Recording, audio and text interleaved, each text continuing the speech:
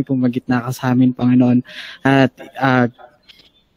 maging maligaya kami sa pagtatalakayan na aming gagawin, Lord. Ito po aming dalangin sa pangalan ni Jesus. Amen. Amen. Maraming salamat, Cruz. Paalala sa lahat, no, maaari nyo patayin yung video nyo kung para hindi makakain ng malaking data. No? Basta makikinig kayo, no? No? At kapag sa ano naman natin ngayon, hindi naman kayo inaasahan na sumagot, no? Bagkus makikinig lamang kayo para tuloy-tuloy ang ating diskusyonan. No, paalala rin, ang ating gagawin ay naka-record, no, para sa mga mag-aaral na hindi punta dito sa ating virtual talakayan. No, sana sa punto na ito ay ma-save ko na kasi nakaraan hindi ko na i-save. Okay, pwede na tayong mag-umpisa. Makikinig lamang ang lahat.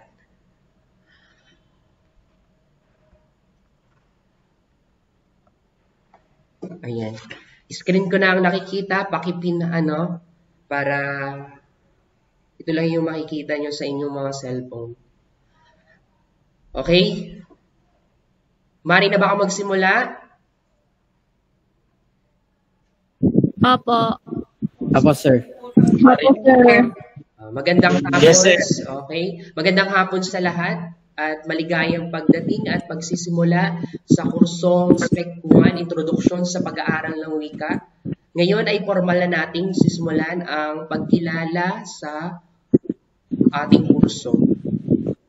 So, para sa unang virtual talakayan ay may hinanda akong presentasyon sa module 1 natin. No, sa module 1 natin ay maglalaman ng mga katuturan ng wika, katangian ng wika, at kahalagahan ng wika. Ito lamang ang mga paksang ating kikilalanin ngayong hapon. Saglit lang.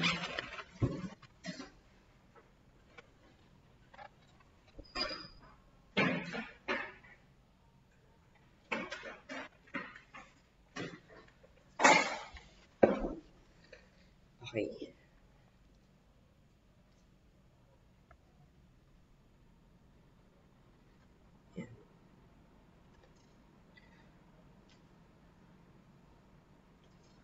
Okay na.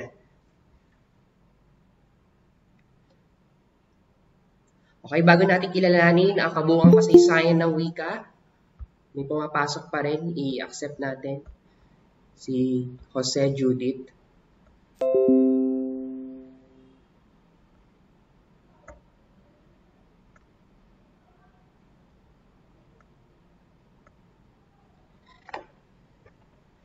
Ayan, tatandaan na, dahil nga may oras pa tayo kanina, nakapasok na sana lahat.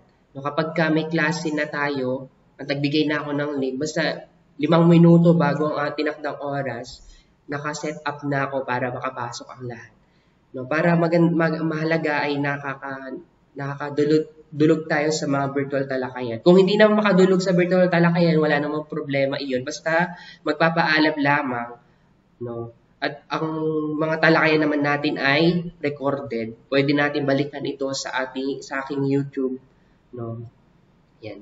Okay, dumako na tayo dito sa ating layunin ngayong hapon, no? Una, ito yung ating inaasahan, no, matapos matalakay itong unang paksa natin. Una, na ipapaliwanag ang kahulugan ng wika sa tulong ng iba't pagpapakahulugan ng dalubhasa sa wika. No, wika iyan, namali ako ng type. No? Una, napapaliwanag ang kahulugan ng wika sa tulong ng pagpapakahulugan ng mga dalubhasa sa wika. Ikalawa, naiilarawan ang mga katangian ng wika at ang pagbibigay ng mga halimbawa nito. Ikatlo ay napapahalagahan ang gamit ng wika sa komunikasyon, lipunan at pag-iisip. Itong mga pag-uusapan natin ay lubusan nyo na itong natamo nung kayo ay nasa mataas na sekundarya. No, dahil itong wika ay bahagi ng inyong curriculum kung saan man kayo strand na napunta. No, may Pilipino pa rin na itinuturo sa senior high. No, kaya batid ko kayo lahat ay may schema pagdating sa ating mga paksa. May pumapasok pa rin, i-accept natin.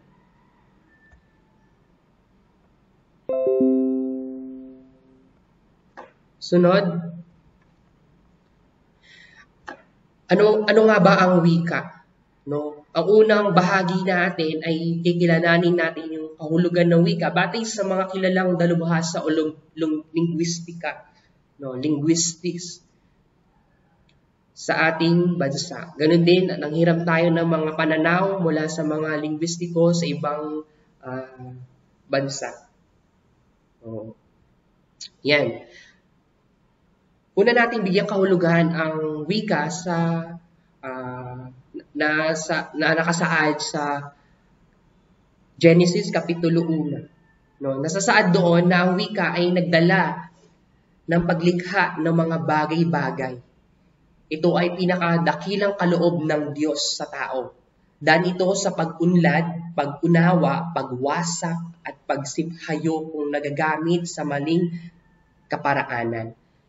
Natatandaan ang wika ay pinaka magandang regalo ng Diyos sa atin.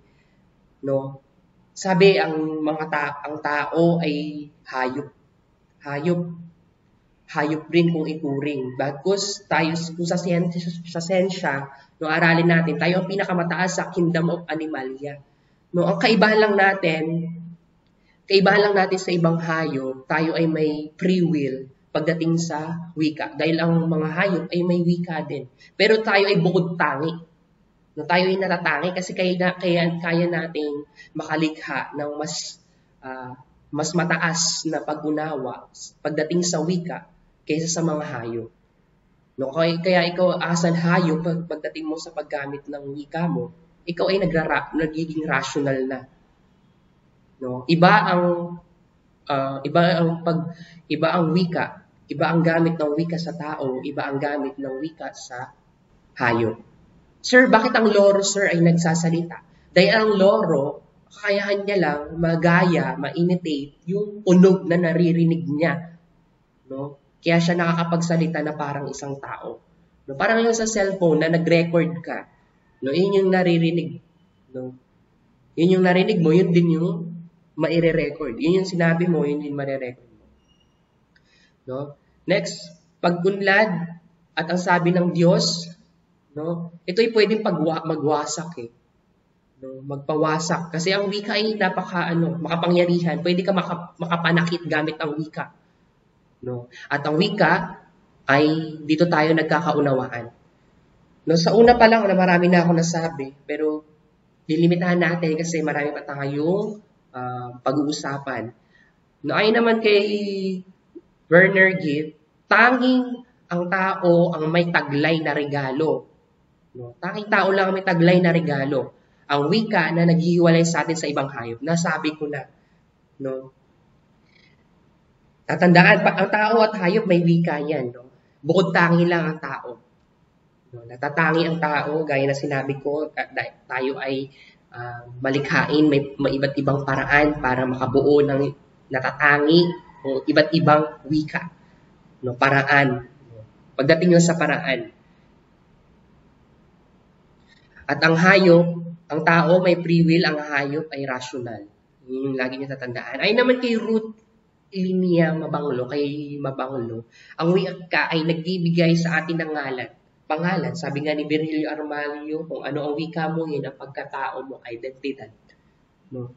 Sa pangalan, tayo tinatawag at pag sinabing wikang Pilipino, Tagalog, wikang mga tao sa Pilipinas ang kilala pagdating sa wikang Tagalog. Sinabi ng mga Koreano o Hangul, mga Koreano ang binibigyang pagbibigay ngalan dahil iyon ay wika nila, identidad. Nagdidikta sa ating pag-iisip, no? Hinuhulma tayo ng ating wika. Ang tao laging kasama ang wika, di dapat sila pinaghihiwalay. No? Sa paraan kung paano mag-isip ang tao, doon nakakabuo ng wika. O, dito sa sumunod kay Cornelio Reyes, sinubukan ko naman siyang hanapin kung ano yung larawan na lihitimo sa kanya. Hindi ko siya matagpuan. Pero tagpuan ko yung kaniyang patnugot lang ito sa kanyang akdang Dugo at Utak, no, ni Cornelio Reyes. Sinasabi, ang wika ay buhay ng tao. Tama. No, hindi mapaghihiwalay ang tao at wika dahil ito yung ating instrumento para magkaunawaan, instrumento sa komunikasyon. No, ito ay pangunahing kasangkapan o instrumento upang maihag ang ating kaisipan at saloobin. No, dito kapag ikaw nagproseso sa utak mo, yun ay masasabi mo, no, yun yung masusulat mo. Nag-uumpisa sa isip, no? Naasimila muna sa pag-iisip. No, may pumapasok pa rin. Accept natin na pumapasok.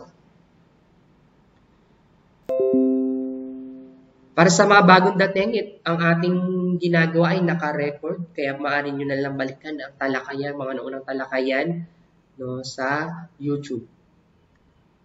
O ay naman kay Benito Lumbera. Ang wika ay parang hininga. Sa bawat sandali ng buhay natin ay nariyan ito. Kung wala ang wika, hindi tayo nabubuhay. Sabi nga kanina, ang wika at tao ay bawal paghiwalayin. Pag sinabing ito ang hininga, ito yung buhay mismo natin. Hindi tayo matuturing na tayo ay Pilipino kung wala tayong wikang sinasalita. Wala tayong pagkakakilanlan. Walang sistema ng komunikasyon kung wala ang wika. Mamamatay ang tao. No, tatandaan nyo yan kung wala ang wika. No, gulo ang mangyayari. Kadiliman ang mangyayari. Wala wika. Ang wika ay naman sa Webster, ang wika ay isang sistema ng komunikasyon. Ayan.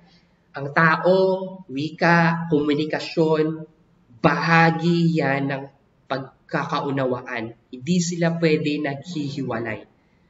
No, sa pagitan ng mga tao, sa pagitan ng mga pasulat at pasalitang simbolo. Verbal man yan o di-verbal, wika iyang ituturing.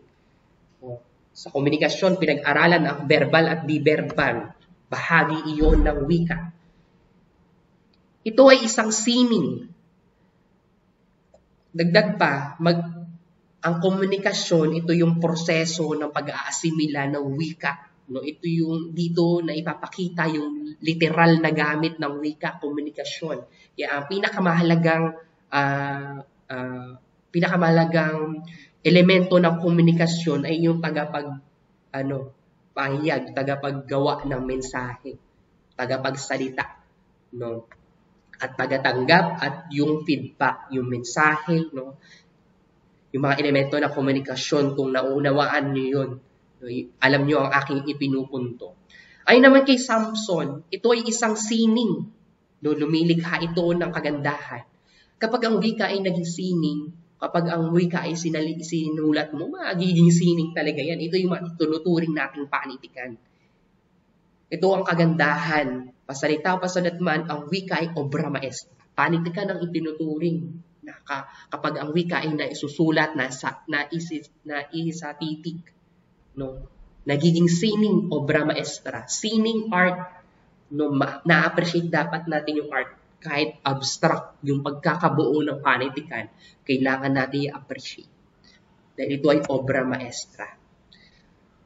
Austero naman, pinagtibay sa paniniwala nila, Austero at iba pa, ang lengguwahe ay refleksyon ng realidad.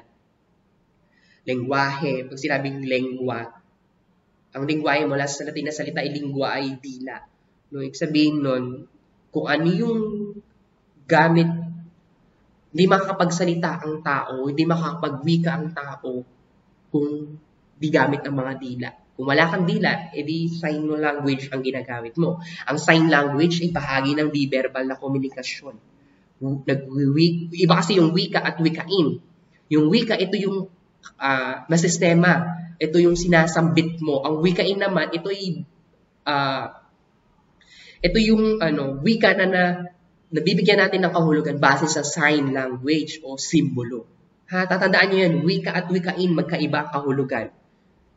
Refleksyon ng refleksyon ng realidad.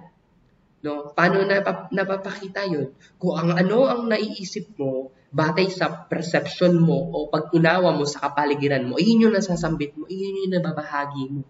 Kaya may mga panitikan tayo na nasa teorya ng realismo, Nasa teorya ng naturalismo.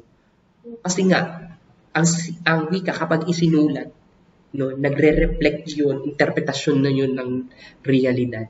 O ay naman kay Salazar, ang wika ay bukod tanging pagtanaw sa pagsasayos ng realidad upang isang kulturang umiiral at magkaroon ng kakayahang gumawa at lumika. Yung wika, iba-iba yan batay sa iba't ibang lalawiganin. No, iba-iba tayo na pagtanggap pagdating sa wika. Na-accept natin. No, tanggap ang wikang umiiral doon. Halimbawa, nung nabanggit na karaan, yung Chabacano sa Zamboanga. Ayun ay tanggap. No, yun yung native language na inadapt, no, nung nasa bahagi ng Mindanao. No. Kasi yun yung umiiral na wika sa kanila. Ano pa? Ang kulto, yan, may kakayahang gumawa at lumikha. Dagdag pa niya, ang wika ay impukan, kuhaanan ng isang kultura. Ito, lagi niyong tatandaan, ang kultura, ang wika, walang magkatimbang dyan, pareho sila. No, walang nauna, walang mas superior, lagi silang magkaugnay dahil ang wika, salamin ng kultura. Tandaan niyo dyan, ha?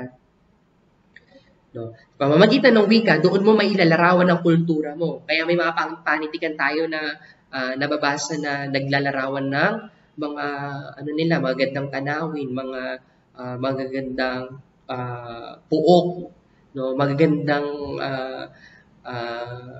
pagkain, kasuotan, no, paniniwala, tradisyon. Kasi pag sinabi kultura, ito yung pinagsama-samang pamumuhay, way of living nga. No, pamumuhay, paniniwala, tradisyon. Sa paglalarawan na iyon, na ipapakita natin yung pag-unawa sa kultura at pagpapayabong sa pagpapakilala ng kultura. Kaya pag nagbabasa tayo ng wika, hindi lang yung gintong aral ang natatamo natin, hindi lang yung plot ng story o yung mensahe ng story. Bagkus yung kulturang mayroon na nakapaloob doon sa tekstong binabasa natin. Ayun yun. Yan. Next, ayon naman kay Galileo Zapra, ang wika ay imbakan ng hanguan, impukan, daluyan o sisidlan ng kultura. Hawik sa sinabi ni Salazar. No, pagsasakultura. No, masasaling lahi natin na kultura sa pagitan ng wika. Pasalita man yan o pasulat. No, at kada henerasyon, iba-iba ang kulturang umiiral, kaya iba-iba dapat ang pananaw sa pagdating sa kultura. No, doon tayo nagkakaroon ng culture diversity, tsaka yung culture shock, kasi nga iba-iba yung ating kultura. So, ayon naman kay Bilio Almario, sa artikulo niya ng Nasyonalismo ng Pilipino, sinasabi ang wika mismo ang patunay na tayo ay katutubong kultura. No, ito yung identidad natin. Ito yung bukod tanging nagpapakilala sa kaibahan natin, unique natin, yung likas natin. No? Isa itong patuloy na pagbubuhay sa kabila ng mahabang pananakop na nagbibigay kaalaman, karunungan tungkol sa ating lahi. Yung kultura, nagpapakilala sa identidad, yung lahi, ilupon natin. Yan. Kaya kung magbabasa tayo ng mga akdang classic, doon natin makikilala yung kultura natin noon mga classic na akda.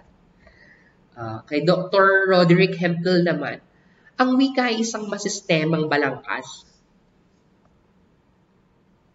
Masistemang kabuuan ng masagisag na sinasalita o binibigkas na pinagkaisaan o kinaugalian ng isang pangkat ng tao at sa pamamagitan nito nagkakaugnay, nagkakaunawaan at nagkakaisa ang mga tao. Tatandaan, hindi maituturing na wika ang isang wika kung walang sistema. No, hindi wika yun kung wala siyang sistema. Ibig sabihin ng sistema, ito ay may plano, organisado, sistematiko. Yun ang wika. Hindi maituturing na wika kung walang sistema. Ito man ay verbal o di-verbal, sagisag o simbolo. At ang wika daw, ang gamit nito ay magkaunawaan, magkaugnayan, magkaisa. Tatandaan, kung ang gamit ng wika ay nagbibigay kaisahan, kaugnayan, pagkakaunawaan, nagbibigay dito ng masamang dulot. Pwede ang wika ay maging maghiwalay sa tao, maghiwalay sa lipunan dahil ang wika ay ang wika ay talagang natatangi. No? Yan. O ang wika ay makapangyarihan. Yan, magandang termino, makapangyarihan. Ayon naman kay Sapiro, ang wika ay isang likas at makataong pamamaraan ng paghatid ng kaisipan. No, kaya di pwede natin sabihin na mali yung opinion ng isa. No? Dahil ito'y natural talagang lalabas sa atin bilang isang tao. Yung perception natin. No? Yung damdamin natin, kapaloob doon. At ang hangaring na sa pamamagitan ng isang kusang loob, kaparaanan na lumikha ng tunog.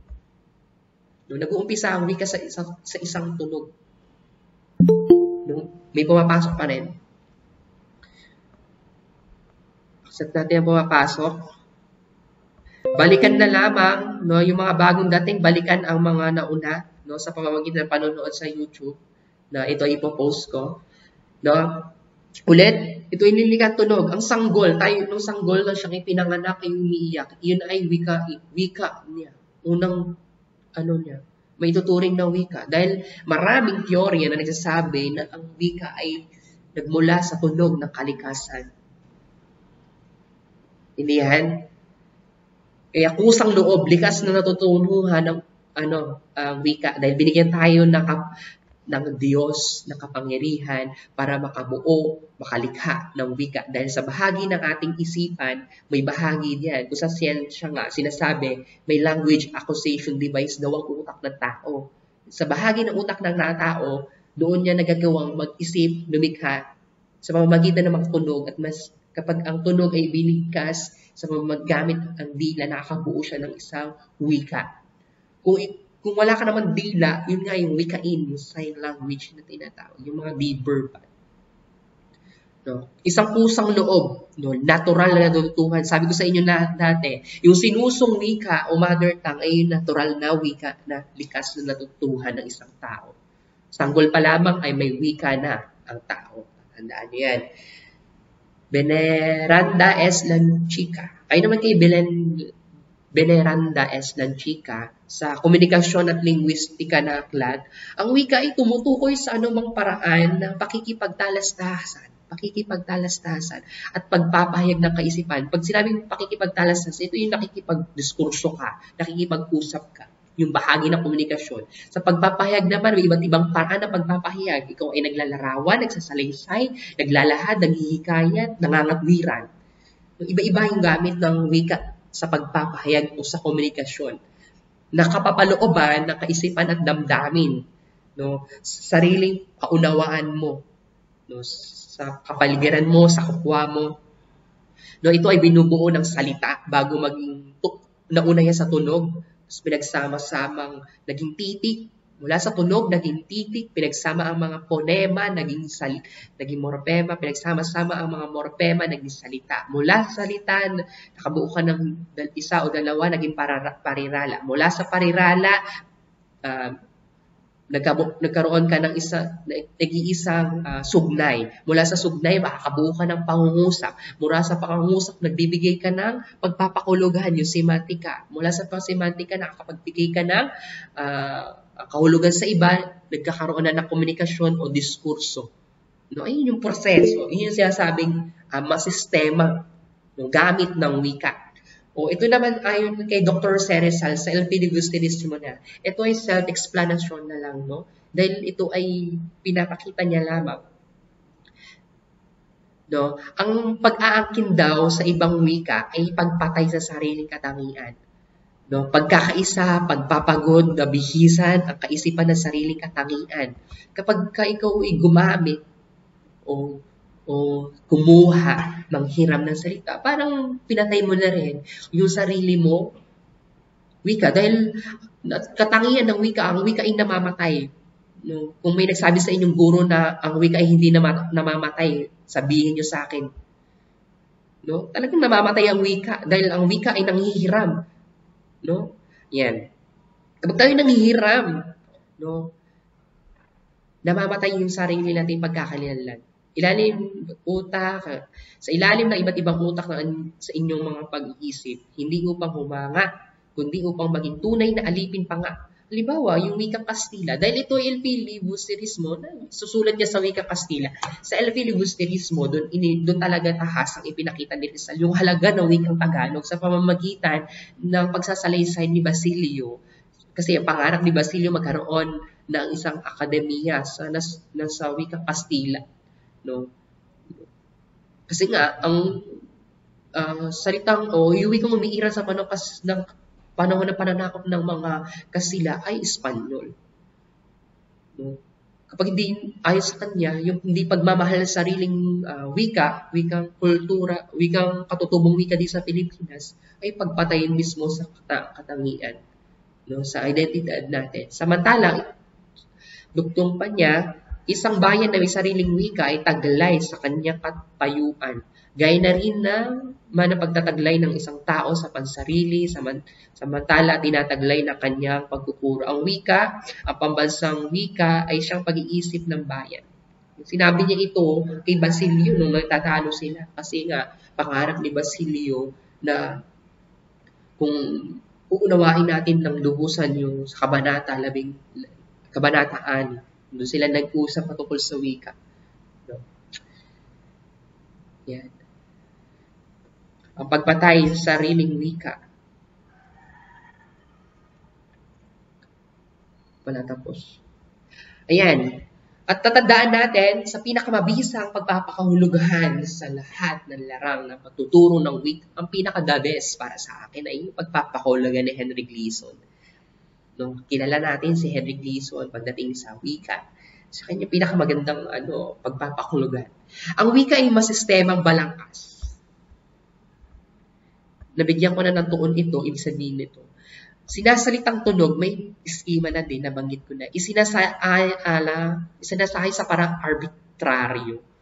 No, upang magamit ang isang pangkat ng taong may pagpapakahulugan sa kultura ng kanilang pakikipagkomunikasyon. Isa-isa natin yung mga punto ni Henry Gleason. Una, ang wika daw ay masistemang balangkas. Gaya pa sinabi sa inyo, pag sinabing masistema, organisado, planado, lohikal.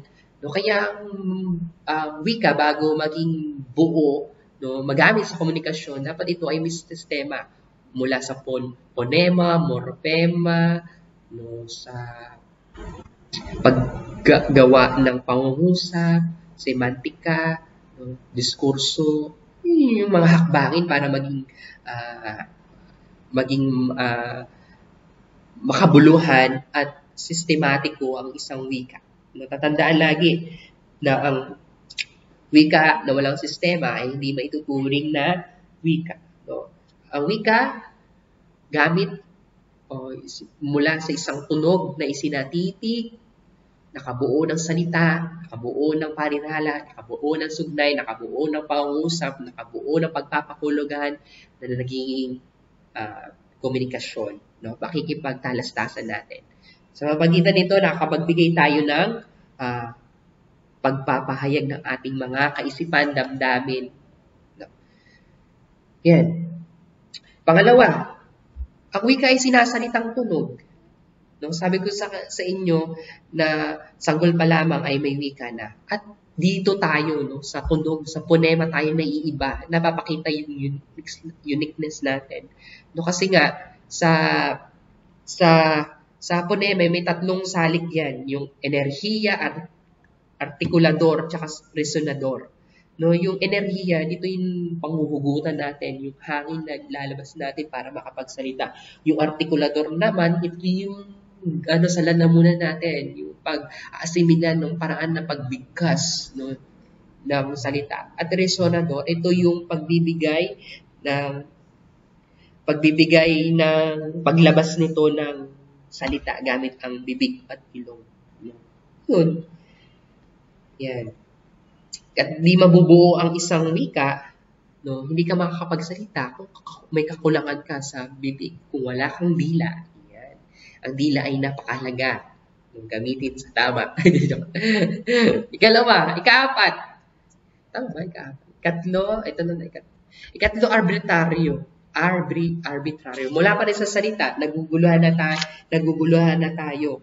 No, pag sinabing arbitraryo, ito yung pinipili, isinasaayos, pinagkakasunduan, no, ng isang tiyak na lipunan.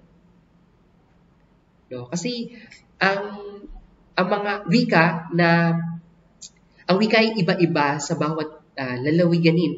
Naiiba ang pagpapahulugan depende kung paano binigkas. No? Paano siya tinanggap. Halimbawa, yung egg, itlog sa Tagalog, tama? Ebon sa Kapampangan. Hindi mo pwedeng sabihin, ebon ka din dito sa Bataan. Gamit ng wika ng Kapampangan. No? Yan. Ang arbitraryo, nakadepende yan sa pagkakaunawa, sa konteksto pagdating sa komunikasyon. Kasi iba-iba tayo ng interpretasyon ng wika dahil naiiba't-iba ang paraan natin ng pagbigkas. Ganun lang. Yun yung tatandaan natin.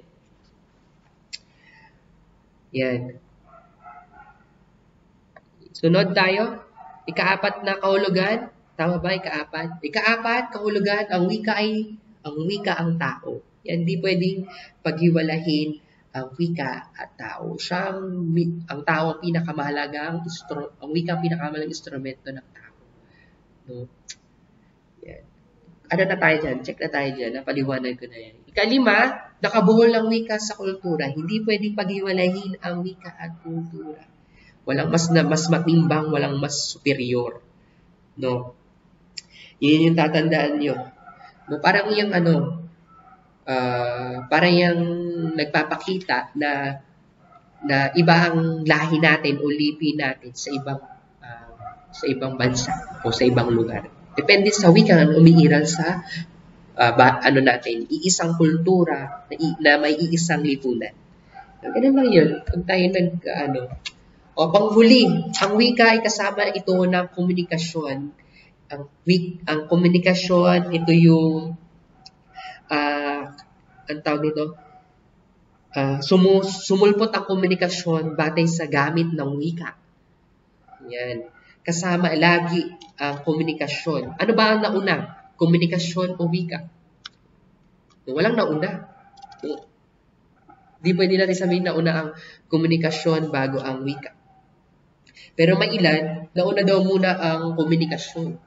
No? Kasi may mga wikain nga tayo. Pwede mong sabihin na nagagalit ang boyfriend mo kahit di yan nagsasalita. May wikain na siya. No? May wikain siya, di siya nagsasalita. Ang una nyo issue ay may kachat kang iba. O, nakikipag-chat ka pa sa ex mo. O, minsan, di magsasalita ang lalaki kapag nagbibigay ng kapag may problema sila, dalawang magkarelasyon. Yung hindi niya pagsasalita, hindi niya pag-iimik, wikain yun eh. Pwedeng isa yung bahagi ng komunikasyon. No? Minsan, nauna talaga ang komunikasyon. Yan. Sige. Nauna ang komunikasyon bago ang wika. No? Kasi may mga sign tayo, language tayo. No? Pwede mong sabihin na naiinis ang isang tao sa pagkamot lang niya ng kamay sa ulo. Yan. Na, sunod. Nandito pa ba ako? May kausap pa ba ako? May kausap